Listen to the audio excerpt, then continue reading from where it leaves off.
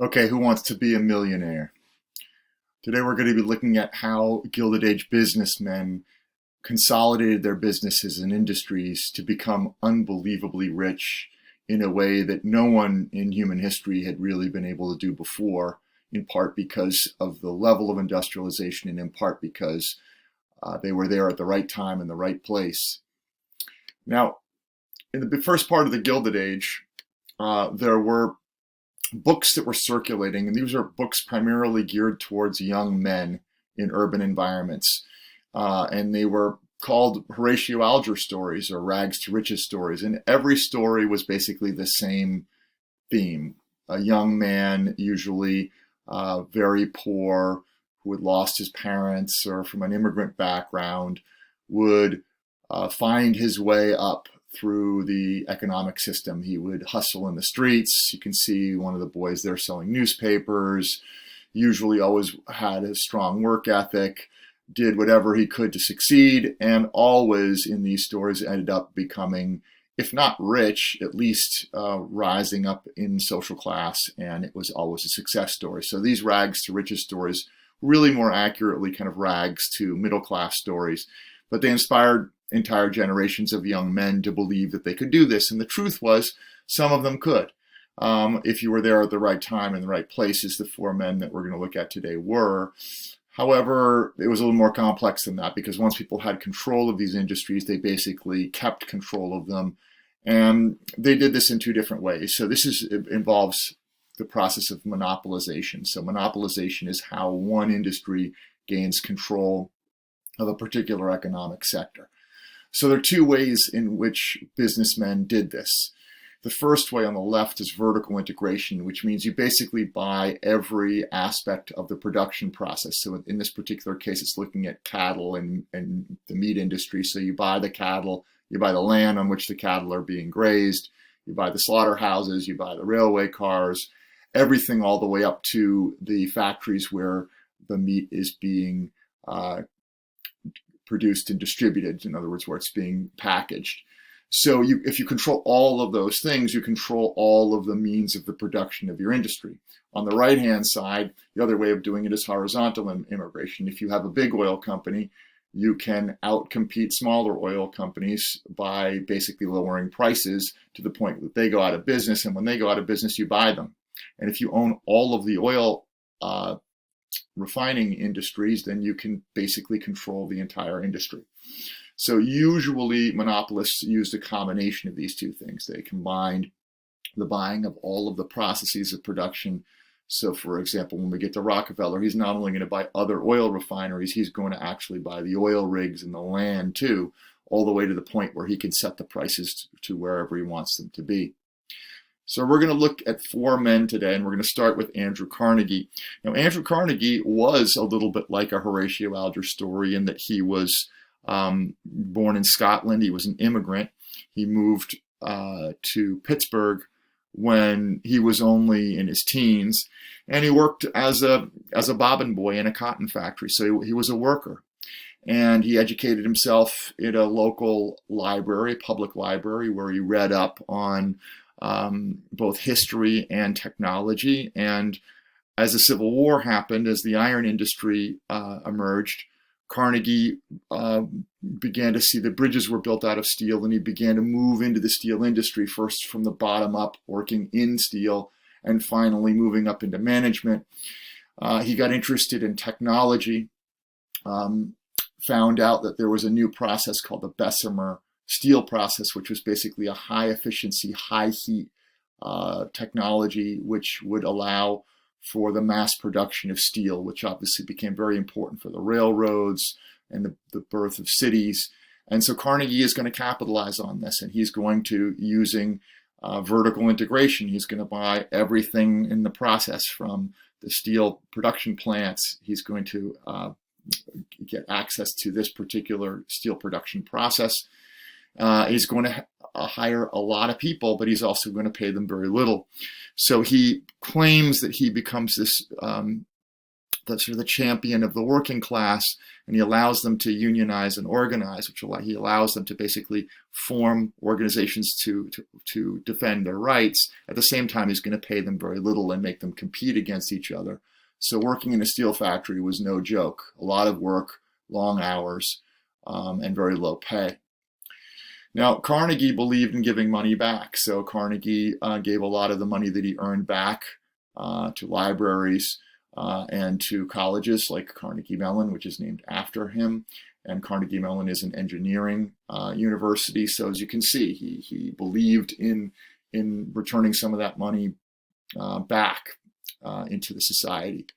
So there are two different views of Carnegie. The one on the left of a philanthropist, a guy who gives hundreds of millions of dollars back to small towns all over America.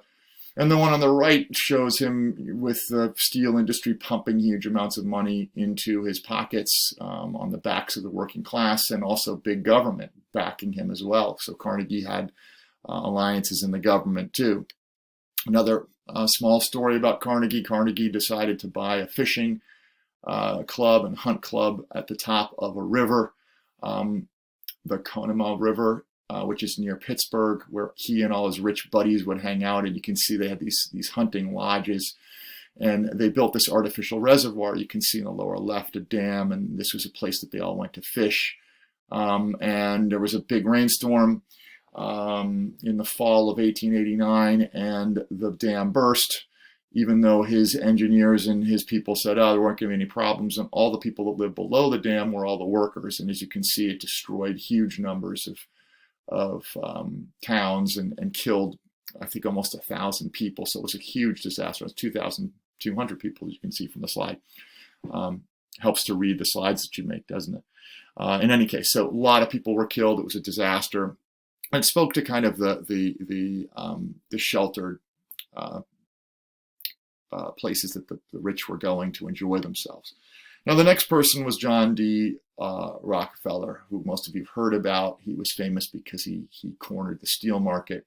He was called Rockefeller because anybody that was in oil at that time, essentially Rockefeller used horizontal immigration, bought out all of the small oil companies by basically pricing them out of business, lowering prices, which he could do because he had so much production, and then driving them out of business and then buying their plants. So Rockefeller also was a Horatio Alger story. He was born in upstate New York. His dad was a salesman. He learned to save at a young age. And he, in his 20s, began to see that oil was the future, both because, again, cars hadn't been created yet, but he saw that basically the railroads and the industries were being driven by oil. So he begins to produce it in large amounts, and he finds ways very quickly in places like Cleveland and Pittsburgh to buy up all the oil production and the components in the production process, begins to cut the rates.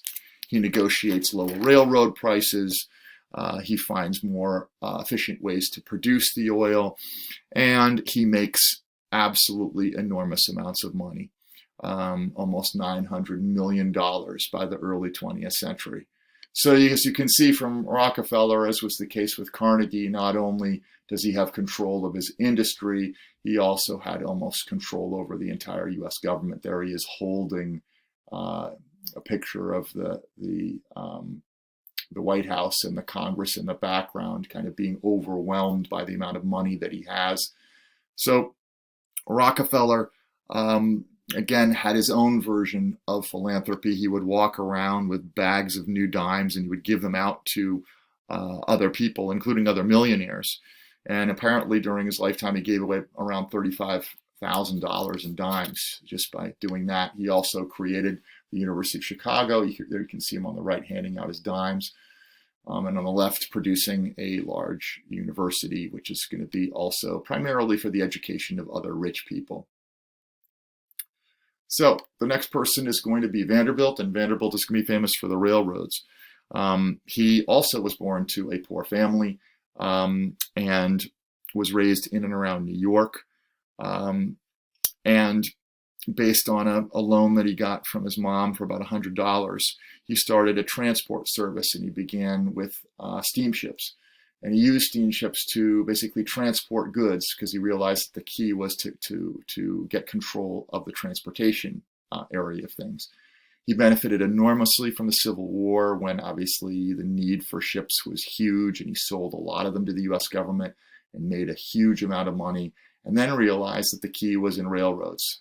As time went on, he realized the key was to try to control the shipping business around New York, but also to control the railway business around New York. So basically he started buying up railway lines all over the area outside of New York, and he is going to use those networks to build a huge railroad industry. So he will be one of several major railway entrepreneurs. And there you can see him riding the railways all the way to enormous wealth. So on one hand, he's the builder of the railway system early on, and on the other hand, he's seen as being a fat. Obviously, these guys were he wasn't a particularly overweight guy, but he was portrayed that way as sort of a symbol of his wealth and a symbol of his power.